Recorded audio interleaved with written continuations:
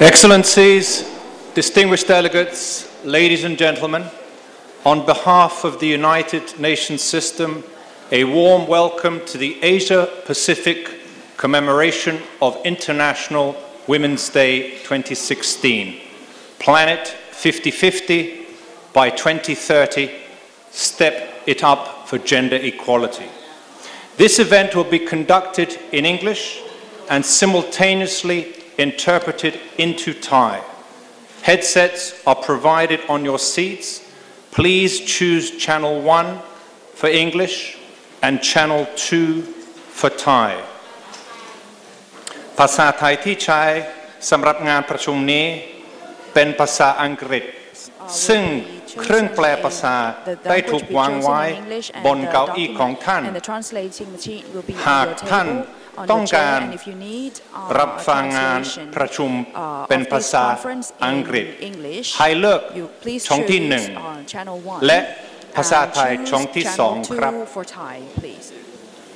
To begin, we will have a screening of a video Planet 50-50 by 2030. Step it up for gender equality, which highlights commitments of Asia-Pacific leaders to gender equality and women's empowerment.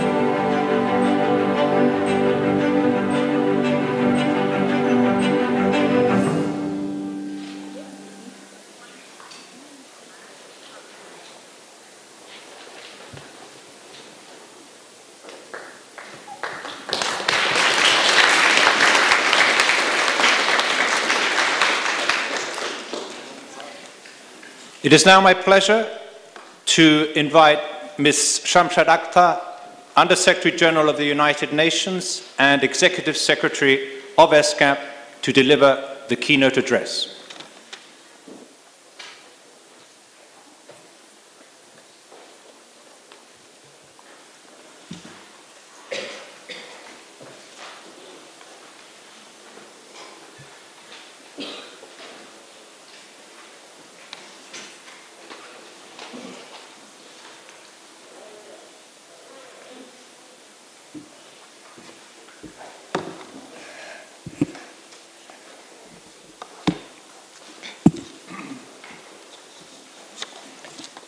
Excellencies, distinguished representatives, colleagues, ladies and gentlemen, welcome to the Asia-Pacific commemoration of International Women's Day. It's great to have you all here representing so overwhelmingly and also recognizing the significance of this day. This morning, as I was coming out here, I was looking at the Secretary General's message, and I would very much encourage you to look at his message. United Nations can be proud of itself. United Nations, under the leadership of Secretary General, has been able to achieve a fair degree of progress internally within United Nations to enhance representation of senior leadership in UN. It's pretty overwhelming, the progress that has been made, and I personally also owe thanks to the Secretary General for his leadership. Every year in our compact, we have to commit ourselves to meet the targets of gender parity. As of December 2015, we have surpassed our 50-50 gender balance goal in ASCAP in locally recruited position, with 65% females and 35% males. We are approaching gender equality in the P2 and P3 levels, with averages of 44% females versus 56% male. Our ratios are somewhat lower for P4 and P5 levels, but I can tell you that I am striving pretty hard to raise these. Compared to a year ago, the largest improvement was made at the senior D1 level, where there was an increase of 15%. We have 53% females as of 31st December 2015, compared to 38% females as at 31st December 2014.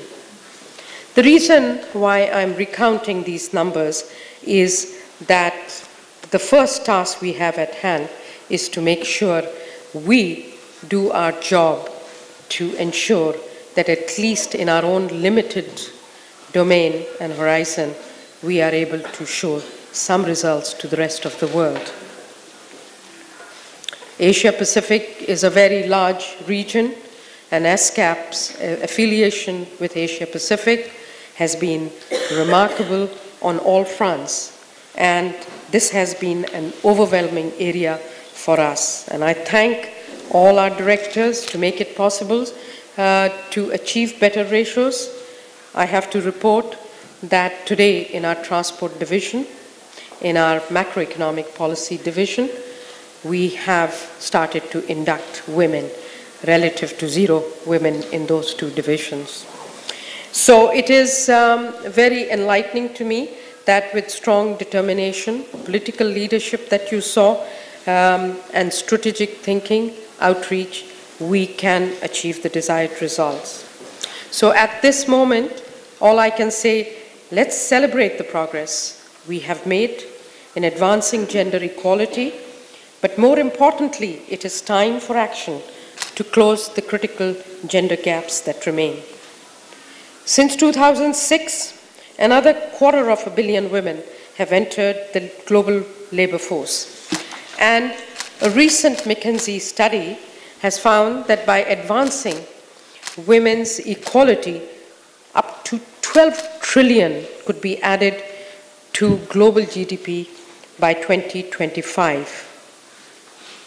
So even with this information, I'm perplexed why the average annual pay for women today equals the average that men were earning 10 years ago. Why can't we get this right? Women across Asia and Pacific today earn on an average 20% less than men. While our region has closed more than 2/3 of its gender gap, it still ranks second from the bottom in women's economic participation and opportunity, political empowerment, education, health, and survival. I'm a person who believes in numbers, and the numbers do show mixed results. And in some areas, they are not very impressive. In Asia and the Pacific, gender gaps in economic participation have barely changed for more than 20 years, with the gap at nearly 50% in the South Asia sub-region. Although the countries of Asia and the Pacific, compared with other regions, have shown the greatest improvement in women's political empowerment over the past decade, average female representation in Asian national parliaments is still only 19%, significantly lower than the global average of 23%. In the Pacific, the rate is lower, still just 13%. And I don't think there is any female leader of the small island developing states that SCAP is a member, that are affiliated with SCAP.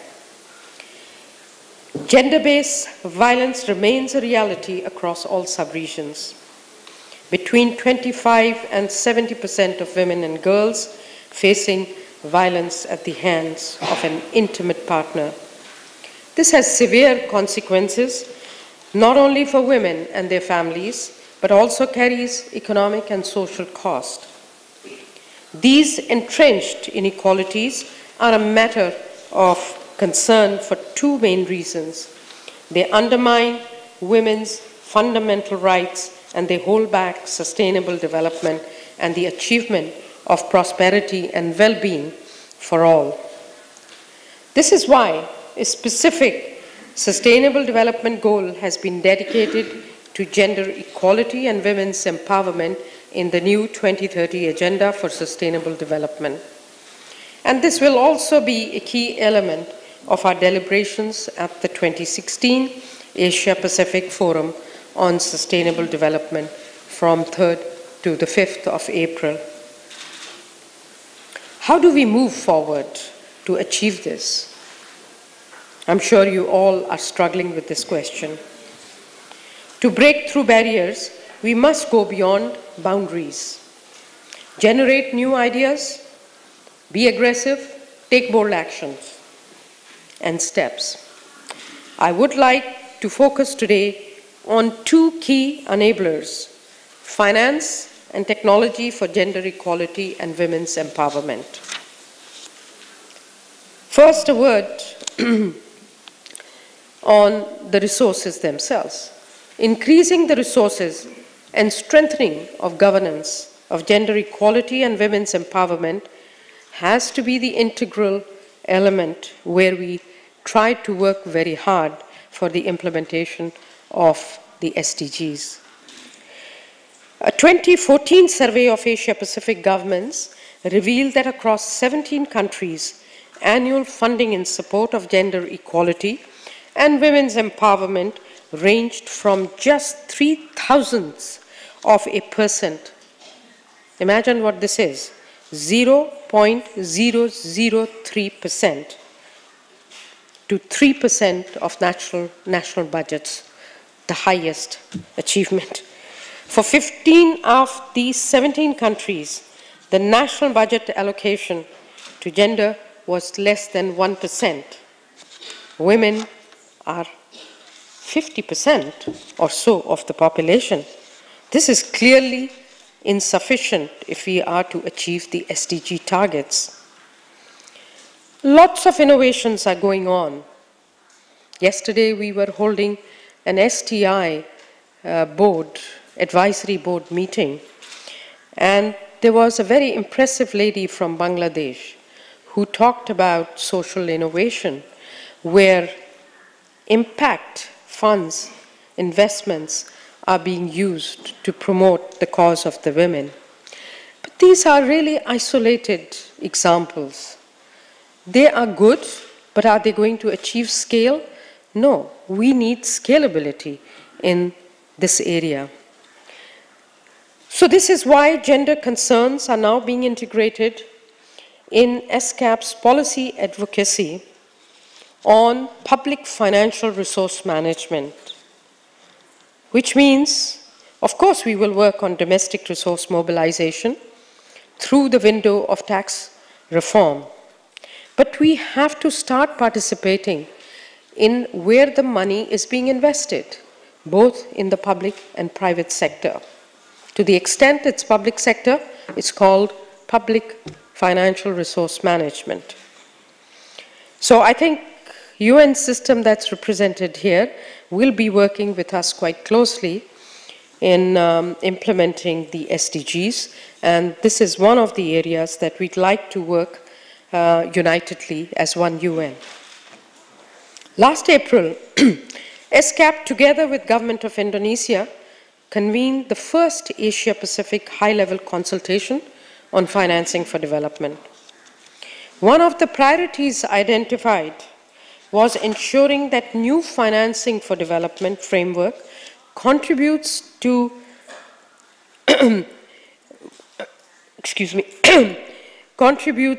one of the priorities identified was ensuring that the new financing for development framework contributes to higher living standards, creates decent jobs, and empowers women and girls in our region.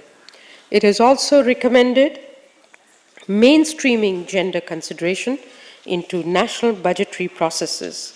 These deliberations will be continued at the end of this month in the Republic of Korea, when SCAP hosts the third Asia-Pacific consultation on financing for development, with a focus on tax reform, strengthening regional capital markets, infrastructure financing, as well as financial inclusion that has to exclusively service women, if I had my way.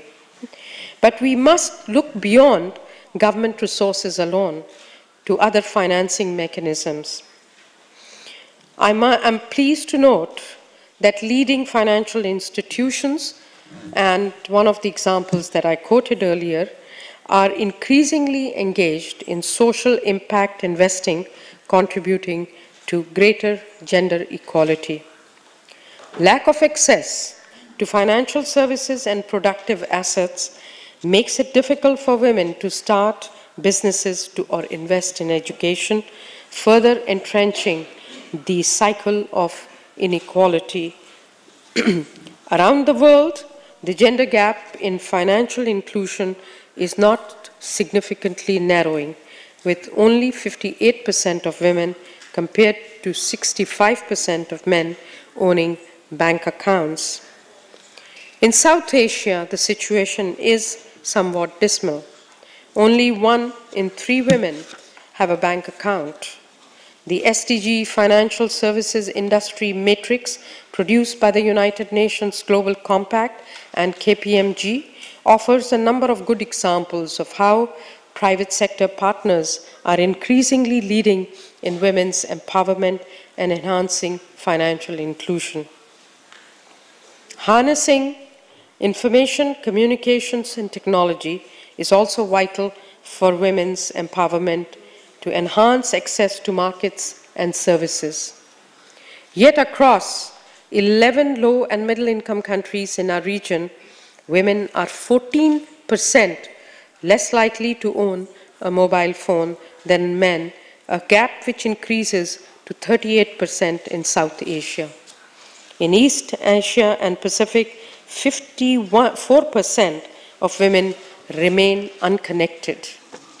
In this regard, I'm pleased to inform you that SCAP will soon launch a new regional program, our Women and ICT Frontier Initiative, to support women's access to technology and to build their skills to start and expand their businesses. I owe special thanks to one of our regional institutes in Incheon to make this possible. Let me take a few minutes to talk about gender equality and the SDGs. For the 2030 Agenda to succeed, we must root out the causes of inequality between women and men. This means addressing unequal gender relations and power imbalances. It means tackling structural barriers such as discriminatory legislation and macroeconomic policies, prejudicial social norms, and harmful practices. This means placing all women and girls at the center of the 2030 Agenda, but requires a specific focus on those who are most frequently excluded, including women and girls with disabilities, those living in rural poverty, those who are members of ethnic minorities. It was heartening that at this SDG summit in September last year, 19 heads of state from the Asia-Pacific region pledged to take bold measures to step it up for gender equality, which is the theme of our event here today. Stepping it up means focusing on women and girls in education, economic empowerment, political participation, and addressing violence against women. International Women's Day should be marked by a pledge of parity to ramp up the ambition of our vision and accelerate the urgency of our actions on gender equality and women's empowerment. SCAP stands ready to partner with you to these ends. The future we want demands this of us, and I thank you all for being here to celebrate this particular day, but hope that the messages that we have echoed, not only in my presentation, but in other colleagues' presentation, will be lived up to as we further progress on the gender issue. Thank you for being here.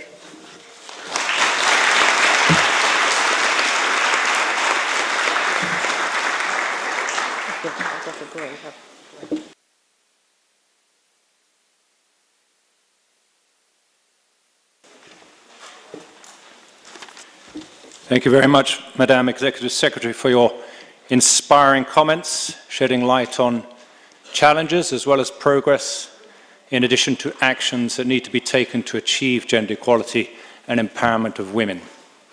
We now come to our interactive dialogue, which considers challenges, gaps, and opportunities towards achieving gender equality and the Sustainable Development Goals.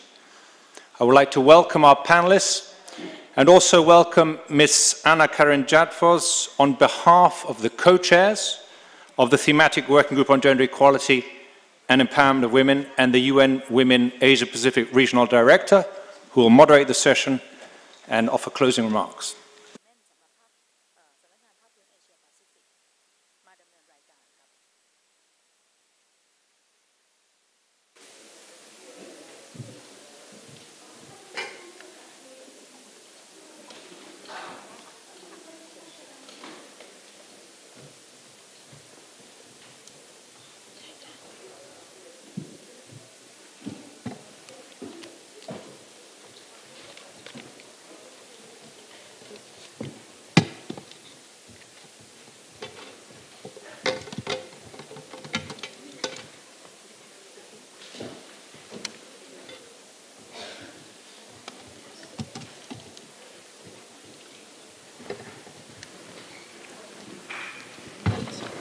Thank you very much for the introduction.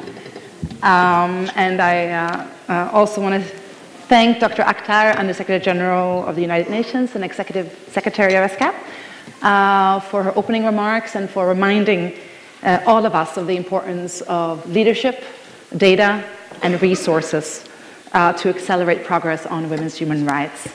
On behalf of UN Women, I am delighted and honored to be able to lead this very distinguished and inspirational panel this morning. For more than 100 years now, International Women's Day has been a day to celebrate the social, cultural, political, and economic achievements that women have made and continue to make around the world. It's a day where we honor all of those who have come before us, who have challenged harmful gender stereotypes and practices that we know constrain the lives of both women and men. And every year on International Women's Day, we pay tribute to the brave women who have risked their lives, in some cases lost their lives, and raised their voices to claim a seat at the table, to negotiate peace, to stand up against violence and discrimination, and to demand equal rights in law and in practice, at home and at work and in society.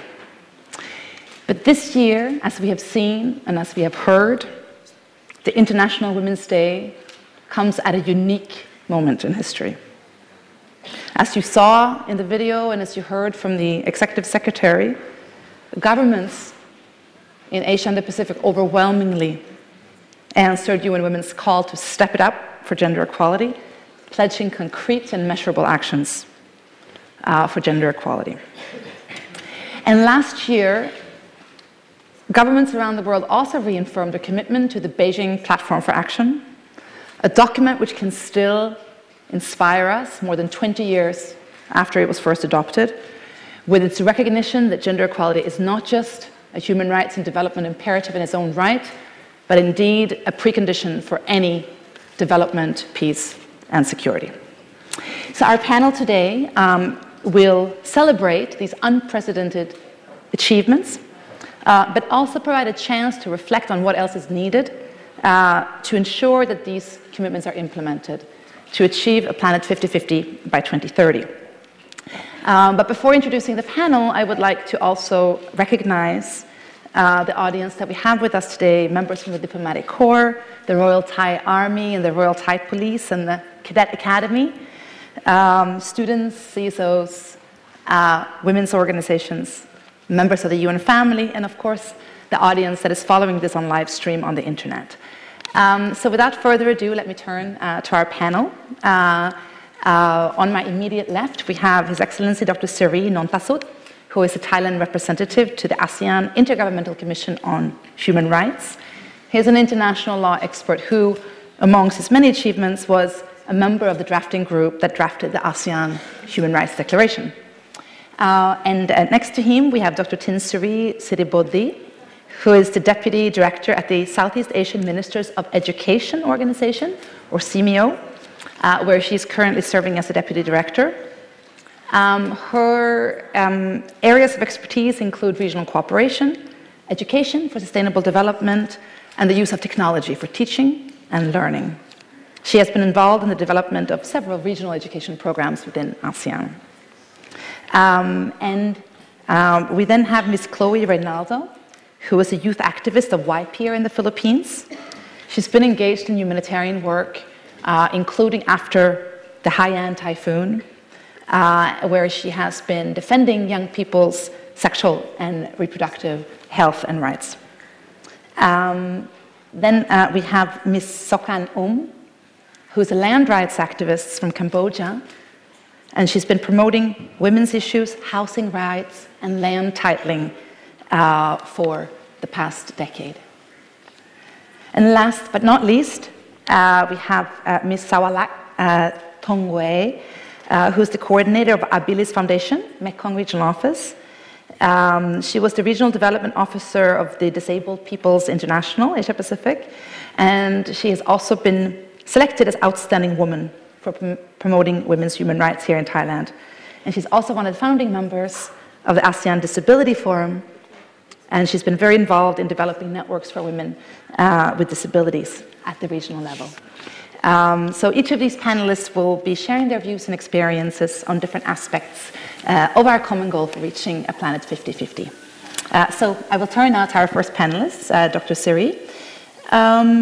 Now, as we have heard, the Agenda 2030 represents a watershed global agreement to achieve sustainable development. Can you tell us from an international legal perspective, what does the framework bring in relation to strengthening accountability for women's rights?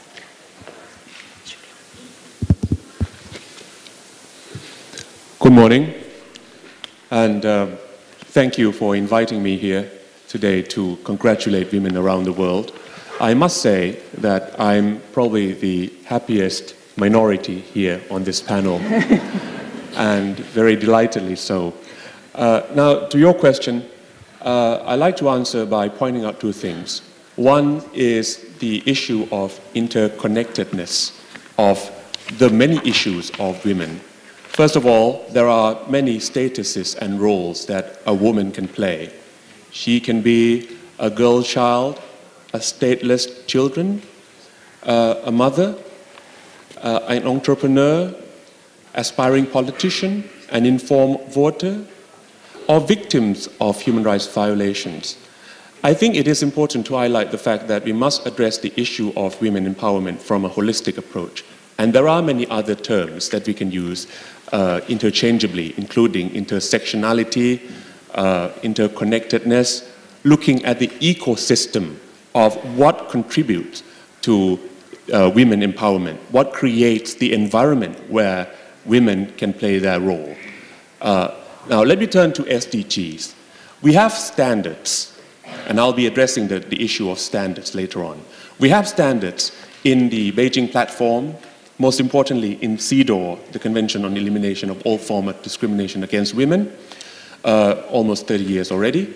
But the SDGs bring to us quantifiable goals that, and together with that, the commitment of at a high level that you see, observe from various leaders of the world.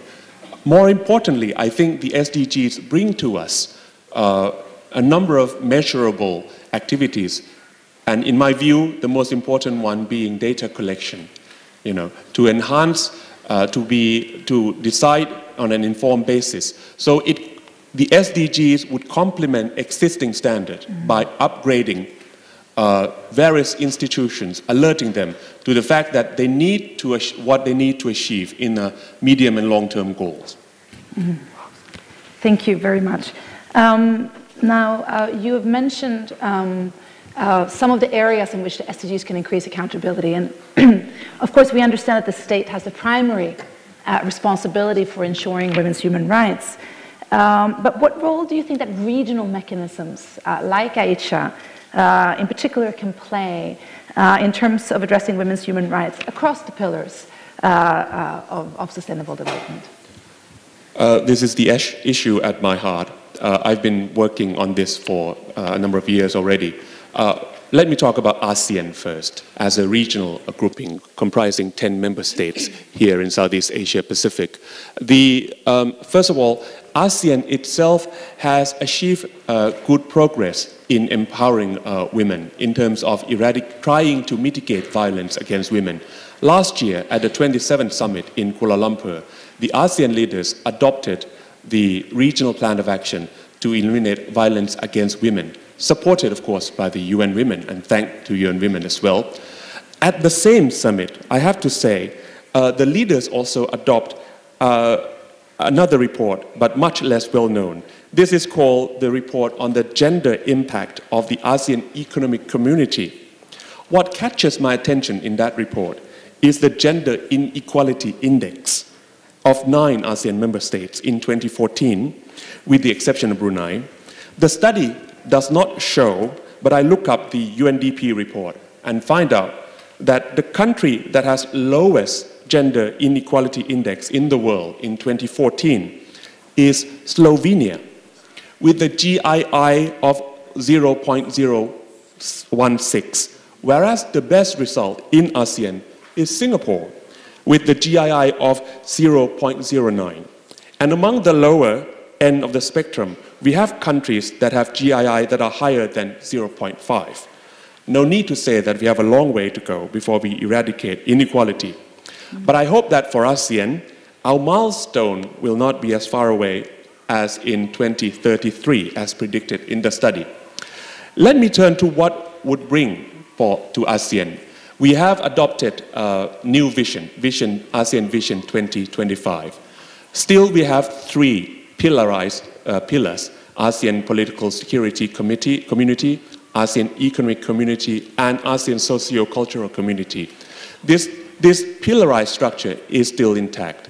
What we have seen as a progress in the AEC is the notion of sustainable development. So it is a challenge to ASEAN. To what extent can we incorporate the SDGs and using the reference to sustainable development within the AEC to address the many issues, including Goal 5 pertaining to women in particular.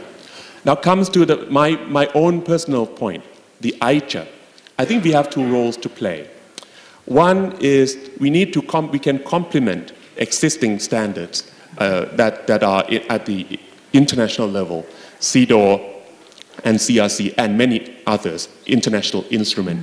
Secondly, we can create a better standard for this particular region, and I must say better, by bringing value added to the existing one. We are trying, and I have to say that there are countries in ASEAN that are quite advanced in terms of women empowerment. I can say to the credit of the Philippines that has a lot of things to do, and also in Thailand as well. Now, last point that I like to say is that it's not just states who have the role to play. Of course, states bear primary responsibility. I see two other stakeholders. One is ASEAN itself, because ASEAN recognizes human rights as one of the foundational principles of ASEAN. So ASEAN, I would argue, is the duty bearer when it comes to human rights protection. And lastly, I think private sector or corporations also have the role to play when we talk about CSRs. And I'm more than happy to talk more about that. Thank you very much. Wonderful. Thank you so much for reminding us of the fact that we have other duty bearers, including regional institutions and the private sector. I will turn now to Dr. Tinseri. Now we know that education is an enabler for sustainable development in many forms. And thanks to MDGs, we have seen some really impressive results, particularly in the area of primary education. But of course, we know that many gaps remain, particularly at the secondary and the tertiary levels. And perhaps even more so, we have seen remaining concerns in relation to the quality of education and also retention rates. So can you tell us what are some of the steps that have been taken at the regional level to reach gender equality in education? Thank you very much. Perhaps I'd like to share the experience of CMEO by telling you a story of people in Southeast Asia, of how they come together and try to achieve difficult goals. And this story started out in about 7 years ago. 7 years ago, it was in 2008. The ministers of education in Southeast Asian countries, meaning ASEAN plus Timor-Leste, were get together and think of how we will achieve EFA goal by 2015. That was 8 years ago, before 2015. So they used the mechanism of CMEO, which is an intergovernment or regional organization. That's what we are, to try to help each other, the one who are left behind on retention or drops out, helping those to reach the goal that we try to set together. So let's go together hand in hand. I'm just not running ahead of you and leaving you behind. That's not Southeast Asian culture or context. So let's go together. So they get together and work. So based on that idea, we come up with a project called Reaching the Unreached. And the Reaching the Unreached projects, we have about 10 projects, and the member countries of CMEO, which we have 11, identify what are they good at. So they will be the lead countries of that particular project in terms of reaching the unreached. The unreached in this context mean the minority groups, disadvantaged, or also including the girls and women. So we have one project based off that initiative called a conference on empowering or encouraging education for girls and women, particularly the one in the rural areas. And Malaysia was the one who would lead this project. That was 7 or 8 years ago. So this is a story of how we get together, and based on that activity that we embarked on 8 years ago, we were able to identify, because we come together sharing experience and practices, we were able to identify 3 key areas. Maybe today it's not new for you anymore because this is 8 years, but at that time when we were able to identify these key issues, it was very interesting and we worked together to achieve it. So the 3 areas was, one is about access to education, of why there are problems in gender in education because of access. If you don't give equal access or access for education in the rural area, how can they receive education despite girls or boys? So the first issue was access. The second access was, how do we prevent the dropout of girls from school because of pregnancy? A lot of issue in terms of pregnancy comes across, so we try together solve, and I'll mention briefly to you how do we tackle all those issues. The third issue is about how do we attract students to come to schools. The first one that about access, of course, many countries have now embarked on, and it's, as a result, you can see that there's an increased rate on enrollment, is that we increase the number of policy, look beyond all of this integration. It boils down to socio-economic and cultural perception. Culture, you name it. Religion, you name it. Attitude. Lack of awareness, which sometimes it's difficult to change, because how can you change a people's perception of the way they have been practiced for years? For example, in religion, some religion tends to put more emphasis to boys in education more than girls. How do you change the attitude or help the poverty within the parents? Bringing girls to school instead of keeping them to help the household or taking them to the farm. So a lot of things has to do with that. However, I think there's a way that we try to raise awareness and help, because all of these things, it's not just girl or boys at the end. Look beyond that. Talk about people at the Ministry of Education. Talk about political person. Talk about not only teacher or personnel. It's all have to be intertwined and work as one. I think there's a good movement on that. You can need to continue raise awareness in many ways, education, and there's a good numbers that show the increase, and empower women. Last week I was in Vietnam. The interesting fact is that Vietnam, before that, the women leader used to be 23%, and the government of Vietnam said that now, after the election in June, we will increase the number of women in the politics after the election to be 53%. So that is something remarkable that government make a commitment. Or giving a case of Indonesia. Indonesia and Malaysia has a policy where it's an administrative policy, but not legislative yet, is that 30% of the high level of management at the ministry or at the government should be women. So some has been embarked on little by little pockets of policy and initiative here and there. Curriculum, the content as well that we need to look in. But above all, I think it's us, raising awareness, or even us here. How have you take action on this? Or you just think that it's okay because it's been like this, there's no issue on gender at all. That tends to be the conclusion. So the question is at you, and you can make the difference, starting the step today. Yes. Thank you very much, Dr. Tinsri. Now, you've been talking about education, so I want to turn now to our youngest panelist. Now, Chloe, you are just 15 years old, and you are an honors student in the Philippines, where you have been using your incredible talents for public speaking to inform your peers about issues around adolescent sexual and reproductive health. Can you tell us a little bit what inspired you to do this work, and what do you think are the key messages that your generation needs to hear to ensure that we can reach the goal of Planet 50-50 by 2030? So, as a peer educator, of course, I have to go around to many different schools, to far-off places, sometimes even in the mountains. And one of the things that inspires me is whenever I can see the effect that my words have, whenever I see the students listening to me and really absorbing the message that I'm sending to them. And one of the most inspiring things about what I do is getting to see these students open up to me and to tell me their experiences of how they experience being marginalized or being not prioritized simply because of their gender or because of their age. So I would like to share a story that so perfectly illustrates the troubles that young girls have to face. So we all know about the typhoon Haiyan, which hit the Philippines, but in our province, we were harder hit by the typhoon Frank in 2008. So one of the girls opened up to me about her experiences at that time. She was 8 years old.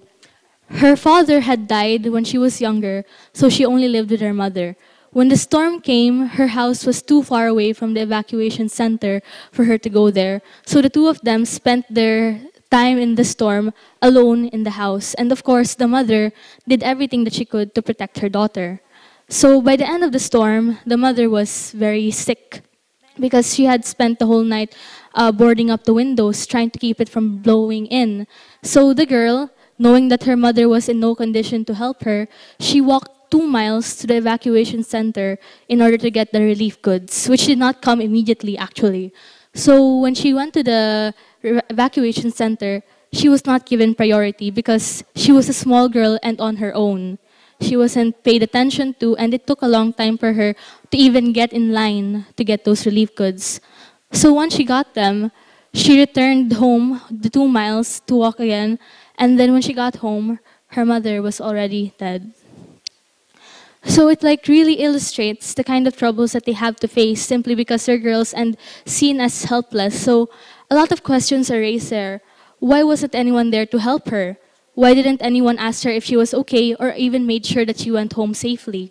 So it's like, it's not just gender inequality, but it's also abuse of a basic human right as a child to be helped by adults. So one of the messages that I would like to send to the youth is to know your rights and to make sure that these mistakes do not become ours. So I don't want to speak just to the youth, but also to the teachers now and to the parents, because my generation now, by the time we reach the year 2030, we will become the adults. We will become the working force of our society. So I want to make sure that we are able to grow up without any biases, without any prejudices, and we need you adults now to help us for that. So that when we grow up, when we become the adults, we are able to start a cycle of equality with our own children, our grandchildren, so that this inequality can be eradicated and everyone is perceived as equal. Thank you. Thank you very much. Thank you very much, Chloe, for that very passionate call for action, for reminding us that, of course, as young people, you really are the future leaders, and that adults not only have a legal and moral obligation, but also a very practical interest in make sure that we are supporting you and realizing your rights. Now, in particular, I want to ask you about the issue of sexual and reproductive health and rights. Why do you think these issues are so important for young people? And what do you think we as the UN, as governments, as civil society can do to ensure that young people have access to the information that they need to make healthy decisions? That's actually one of the most common questions that the students themselves ask me, because sometimes when I'm discussing sexual reproductive health rights, they're asking me why I'm 15 years old, why am I discussing them, why am I discussing these kinds of topics? And sometimes even the teachers at the schools that I go to ask, aren't I just giving them like the wrong ideas? Aren't I enabling these kinds of thoughts in them? But then my reply is always that the youth need to know because the adults can't always be there to guide our decisions. You can tell them all that they want, that they should do this, but if they don't understand why they have to do this, then just telling them won't work. They won't understand really the implications and the consequences of their actions unless they know exactly how it affects them and how it affects others. So I think that's a really important reason why these youth need to be educated in topics like this, not just in sexual reproductive health rights, but also gender equality, so that when they grow up, they're able to become enlightened individuals and be able to make smart decisions. So I think to support these kinds of endeavors, the government really needs to invest in education, because every girl, once she is educated, she will be able to grow up to become a learned individual, a working pillar in our society and our workforce, and education really is important to help them empower, because if they are not educated, they will not know that they have rights that they need to pursue and that they need to obtain. So education will help them to fulfill their potential, not just as a woman or as a girl, but as a person working for the society of his or her country. Thank you very much, Chloe, for reminding us of the power of youth in being the future that we all want. I will now turn to Ms. Sokan. Now we know that around the world women often lack land and property rights, often because of harmful norms as well as discriminatory legislations. And in fact, even in countries where women are the majority of small farmers, they are routinely denied the right to own the land that they cultivate and that they depend on to support their families. And at the same time, we know that land and property play such an important role to provide income and security. And without these rights, women are often denied a say in decision-making within the household, in terms of their opportunities to develop their businesses, or of course to have recourse when and if crises strike. So I would like to ask you, Ms. Can you tell us about your experience in promoting equal rights to property, and why do you think this is such an important issue for gender equality? ខ្ញុំមកពីប្រទេសកម្ពុជាខ្ញុំសូមជម្រាបអស់លោកថានៅប្រទេសកម្ពុជានេះគឺដោយអស់លោកជ្រាបស្រាប់ហើយមានការរកាំរកោសបញ្ហារឿងដីធ្លីពីរដ្ឋាភិបាលនិងពីអ្នកដែលមានអំណាចចាកន្លងមកគឺនៅខ្ញុំលើកឡើងមួយតំបន់គឺ there will be consecutive translation. Excuse me, you will not find the Khmer English in your headsets, but you will be hearing afterwards. Thank you. Please continue, Ms. អស់លោកជ្រាបស្រាប់ហើយថាខ្ញុំលើកពីតំបន់បង្កក់ដែលបណ្ដាប្រទេសនានាក៏បានជ្រាបថានៅតំបន់បង្កក់នេះគឺជាប្រឈមជាមួយនឹងរាជរដ្ឋាភិបាលប្រឈមជាមួយនឹងសមត្ថកិច្ចគ្រប់ជាន់ថ្នាក់ទាំងអស់យើងដឹងហើយថាសិទ្ធិស្ត្រីគឺមានគ្រប់ប្រទេសទាំងអស់តែដោយឡែកនៅប្រទេសកម្ពុជាសិទ្ធិស្ត្រីគឺមិនទាន់មានពិតប្រាកដទេនៅពេលដែលពួកខ្ញុំចេញទៅតវ៉ារឿងដីធ្លីនៅតំបន់បង្កក់នេះតែងតែប្រឈមជាមួយនឹងសមត្ថកិច្ចមានការវាយមានការឆក់ជួនកាលធ្វើឲ្យរលូតកូនធ្វើឲ្យបាក់ដៃរហូតដល់មានស្ត្រីខ្លះសុខចិត្តពលីជីវិតដើម្បីដីធ្លីនេះ Okay, good morning, Excellency and everyone. My name is Suchan. I'm from Cambodia, and I would like to share with you, some of the experience on the land grabbing and the land eviction. Specifically, the case is happening in the central of the Phnom Penh's capital is Bangkok Lake, who's the name of as the result of affected development of private company. And the government, granted this piece of land to the private company for development. But as a result, the thousands of people, at the end of the day, really, distracted and affected by the plan, which is very, very bad in the country. And I would say that there are a lot of consequences affect to the people there, especially to women and then the girls, and there are serious cases of people dead as a result of demonstration against the authority.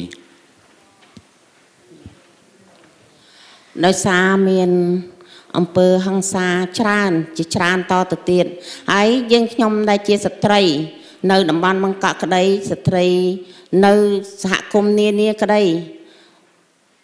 បដិញ្ញាតស៊ូទាមទារនៅសិទ្ធិសេរីភាពរបស់ស្ត្រីដែលជាសិទ្ធិក្នុងការ ថែរក្សាអចលនទ្រព្យ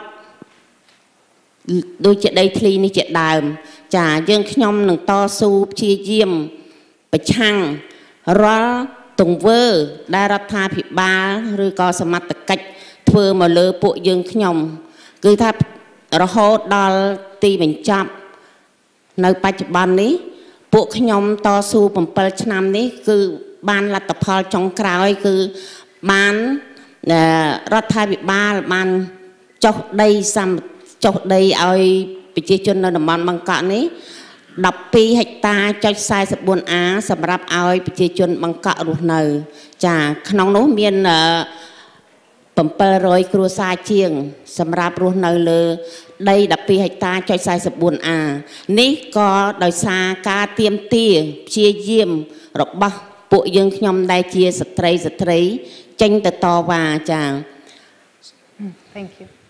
Okay. You know, when this case is already happened 7 years, still up to now, and it's still not yet completely successfully. I would like to say that, you know, because the power people from the business sector and, you know, some of the involvement of the government official, that's make this situation is very worse. And then from my action, from my movement, because I receive different, you know, training and capacity building from civil society and involvement support of local NGO working on the land project, working together to advocate, to approach the government through soft and hard approach. But through the soft approach, it doesn't work. I mean, submit the, you know, statement, you know, meeting with the authority, you know, submission of the need for the women to the office of the Prime Minister, to the ministry, and then it doesn't work, and it's delayed until 5 years. And then we decided to take a hard approach, which means that we need to demonstrate against the authority to demand for this, because this is the rights that we ensure by the government, and it's as a state in the CEDAW Convention that we need the government to really implement this properly. And at the end, we got the success case of receiving the guarantee from the government, you know, guarantee to the community to issue the land, to decide for keep people, they are not moving outside of the area, and issues the land to people, but it takes 7 years. Thank you very much for sharing your experiences, and thank you for your activism to ensure that women have equal land and property rights. Thank you, Ms. Om. Now I will turn to our last panelist, Ms. Hawalak. Now, for far too long, women and girls living with disability have been quite invisible, sometimes amongst groups working for women's rights, as well as within groups working for the rights of people living with disability. And we know that women and girls with disability are more likely to experience double or even triple discrimination for those coming from developing countries, both as female, as people living with disability, and of course as overrepresented amongst the poor. And many will find it difficult to file a grievance due to lack of confidence or lack of legal knowledge.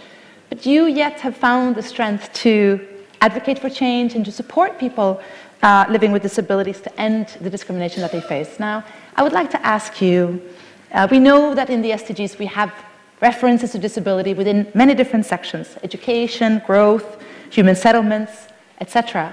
But do you think it goes far enough? And perhaps, even more importantly, how can we make sure that these commitments in the SDGs are effectively implemented? Yep. Thank you. Thank you very much. Firstly, I would like to thank the organizer and the participants here to pay attention to women with disability issues. To answer your question, actually it is not easy because the question is really abstract. So I would want to begin with the storytelling. Actually, I have many stories collecting from women with disability across Asia Pacific. The first story will from Central Asia. Yeah, the ladies, yeah, supports I am Miss Beauties. I was the only female person with disability and was attempted at my workplace. I work hard to support my students and also try hard to bend in with the people at work. But on the way back from a company trip, my boss asked me to go out for a drink.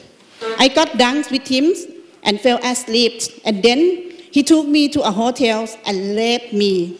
Afterward, he repeated, forced me to have a sex with him. I reported this to a company counseling office, but what the counselor said just hurt my feelings a lot more. They just made up a biased story in favor of the offenders and conclude that it was not alleged. I brought a lawsuit against the offenders and my employers. I lost the case in the first time. The support group was formed to help me. And then the Court of Appeals ordered the accused to admit his guilt on sexual assault and pay compensations. But however, the same court orders were not made in following tales, and the employers were not called to account, and why I was filing an appeal to the Supreme Court, but I got laid off. The main reason for my laid off because I missed too many working days. But the offenders and the employers were who caused me to take such a long time off from the work still be fine. Yeah. Okay, the first story. And the second story, yes, from the rural area of Thailand. She is a hearing impaired. She worked at the massage shops. She said my salary was below a minimum wage guarantee. So I had to work overtime to earn more. And one day, male client violated and asked me to have sex. And I denied and reported the case to my boss, who is the shop owner. But the shop owner requested me to accept and follow the request. On the last day of my work, he came to the shop again and forced me to have sex and tried to leave me. I begged him to release me, but he insists that he wants to have sex with me. And I begged him several times, again and again, and he did not stop to approach me. I was very, very, serious and terrified, and suddenly I stabbed him with a pocket knife. He died. I was a jail sentence for 3 years terms because there was no legal aid to support me, no sign language interpreters, and my boss, the shop owner, did not stand by my side. I was 3 years in jail. Now I am here. Yeah. I am here, he said, when we met each other at the women conference in the north of Thailand. My name is right now listed on criminal court record. And what is about my futures? And she wants to ask me, she wants me to convey the issue, her story, and ask what issue does her life story portray. And the last one, female migrant worker, she is Kachin, and she could not find a decent job because low education levels, and she paid money to a job placement agency and get unskilled jobs with a work permit. But unfortunately, luck did not stay with her. Construction stand fell down, and then she got spinal cord injury, and then she was hospitalized for 3 months and had to spend the other 3 months for rehabilitation. But the employer paid only 3 months and no home to stay for the other 3 months. And she tried to ask for help, even contact to the government shelter for women, but the government shelter and private shelter for women don't accept her because they don't know how to deal with. Thank you very much for sharing some of these very powerful stories about not only the types of violence and abuses that women with disabilities face, but also their particular challenges in accessing justice and support services. But so now yeah, we have to move on to the next round. Yeah, but I want to highlight the first one. The reflection is about the data collection I have found in the data collections in some countries.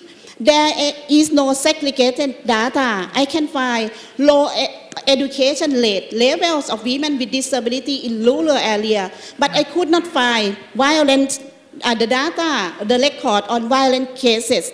So the recommendation or affirmative action is to improve disability sensitivity data collection in regular household surveys. Thank you very much, and I think that's a very important piece and very strongly linked to the SDGs and the importance of having data that can highlight some of these particular manifestations of discrimination and ensure an effective response. We have come to the end of our panel, but before we break, I would like to give just a few reflections from the floor. If I may begin, I know we have a few requests from the floor. Now, we have a representative from the private sector with us, Ms. Zhang Yefeng, who is the Vice General Manager of Proya Cosmetics, the first company in China to sign on to the Women's Empowerment Principles. Now, Ms. Yefeng, Proya has been very active in supporting a number of gender equality projects, not just as part of your own corporate social responsibility, but also by supporting the China Gender Fund, where you have been supporting innovative projects around the country to promote women's rights. Can you tell us very briefly, just 1 or 2 minutes, what do you think the private sector can do in promoting women's rights? Okay, thank you. Our company is a Chinese cosmetics company, so most of our customers are women. Our company's purpose is not only supporting women's needs, but also to change their minds, especially on gender equality. We promised to donate 10 million RMB to UN Women within 5 years on different projects in China. So we insisted to influence our customers, employees, partner companies, and the local government to promote gender equality, such as to make them more confident and to empower them. In our company, we encourage women's leadership. Myself is a good example. As a result of supporting gender equality, apart from increasing our sales, our brand become more and more reliable, responsible, and popular. Thank you. Thank you very much for your contribution and for your support. Now, I would like to call now on Ms. Jean Chong, who is the co-founder of a lesbian activist group, Sayoni, in Singapore. Can you maybe reflect very briefly what you draw from this in particular in relation to a SOGI perspective? I know that you have been part of the ASEAN SOGI caucus. So please, we would like to hear your perspectives. Okay, thank you. I guess the central message of the SDG is to leave no one behind. But if the global commitment to eradicate inequality for all people is truly unequivocal, as leaders claim it to be, the implementation of these SDG goals need to take into account the voices of women who, because of their sexual orientation, gender identity and expression, have historically been excluded from the benefits of development policies and programs. Goal 5 of the SDG is to achieve equality and to empower all women and girls.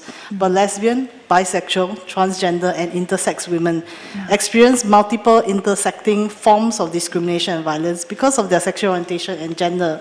So this discrimination and violence occurs in the private and public sphere of home, at work, in schools, by public institutions, and many times by the state and policy makers. And more needs to be done to tackle harmful stereotypes that limit all people from being themselves and pursuing their goals. Gender-based violence is often driven by a desire to punish people who don't conform to gender norms. And as a result, LGBTI women, male and non-binary people who move away from these norms are also targeted. So solving these problems probably require a deliberate approach, working with the whole community to address gender stereotypes, but also focusing on support for LGBT women as they are severely affected by gender-based discrimination and violence. There's also a need for South-South movement building by strengthening CSO-led processes and not just widening political spaces. Having a strong CSO-led movement will continue to hold government accountable, and that's vital. UN women and stakeholders must support spaces where CSO, in particular LGBTI organizations, that can discuss deliberate issues and work towards being part of the agenda of governments.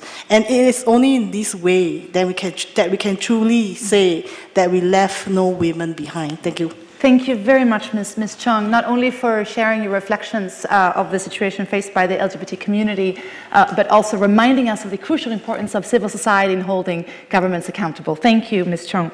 Now, last but not least, I want to turn to our colleague from UNFPA, Ms. Ingrid Fitzgerald. Do you want to share very briefly in 1 or 2 minutes your reflections on what you've heard today? Ingrid. Thank you, AK, and thank you to the great panelists. It's been more than 20 years, as you know, since the Beijing Platform for Action set out a very integrated and comprehensive approach to achieving gender equality and women's empowerment. And now, as we begin to implement the SDGs, we really have a development agenda that goes well beyond the MDGs and puts gender equality at the heart of sustainable development. Critically, this includes violence against women, which was missing from the MDGs, and it also includes sexual and reproductive health and rights and ending harmful practices, and it's so critical. Because if we're going to realise the aspirations of the SDGs, then women's bodily autonomy and integrity has to be at the heart of all of our endeavours. And this means the right to live a life free of violence, to safety at home, at work and on the streets, to decide the number and spacing of our children and to make choices that are free from coercion and violence, to decide who and how to love. These rights have never been more important and never been more fundamental. And these are the rights that we have to realise if we're going to achieve the SDGs for women and girls. We have a lot to do. We know that 1 woman in 3 globally experiences violence, that 117 million are missing across Asia alone as the result of son preference and sex-selective abortion. 13.5 million girls are married off each year. So if we're going to end violence and eliminate harmful practices, we really have to ensure a comprehensive and integrated approach. Most women still don't receive the support they need. On average, only 4 in 10 seek help and only 6% from the authorities. And the gap between prevalence, reporting, help seeking and justice and reparations remains far too wide. So we all have to work together, all sectors, health, justice and policing and social services, to really respond and prevent violence. And governments really have to do more to implement the commitments they've made and allocate resources. And be accountable to the women who experience and survive violence. In all that we do and in each and every sector, we have to ensure that we're working to realise women's right to freedom from violence and bodily integrity. Thank you. Thank you very much, Ingrid. And of course, the strong commitments to end violence against women is indeed one of the primary achievements of the Sustainable Development Goals.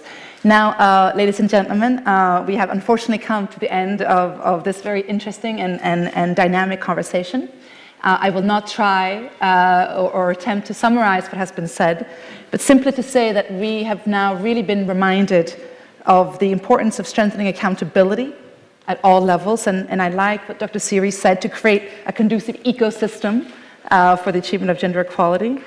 We know that we must address issues of women's access to education, land, and other economic and productive assets. And from a number of our speakers, we have been reminded of the intersectionality and the importance of including and listening to the voices of those who are the most marginalized, including women and girls living with disabilities, and of course, the LGBTI community. And we need to broaden our engagement with the private sector to be positive change agents.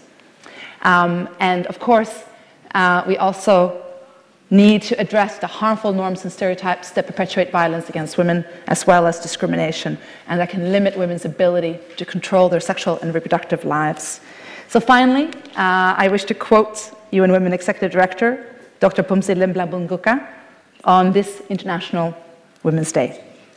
Each one of us is needed in our countries, communities, organizations, governments, and in the United Nations to ensure decisive, visible, and measurable actions are taken under the banner Planet 50/50, Step It Up for Gender Equality.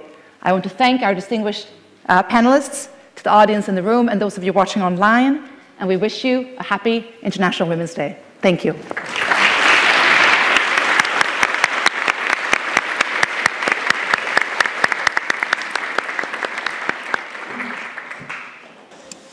Thank you very much, Anna Karen. Thank you again to the panelists. We also wish to thank our interpreters, both up there and sign language. And we wish to welcome you outside for some light refreshments. ขอบคุณทุกท่านที่มารวมงานในวันนี้ Thank you everyone who's ชวน here ข้าง today. น I อก would like รับ to ประทานอาหาร invite ว่าง you to take ข้าง a หน้าห้อง little ประชุม break ครับ in front of the room. Thank you.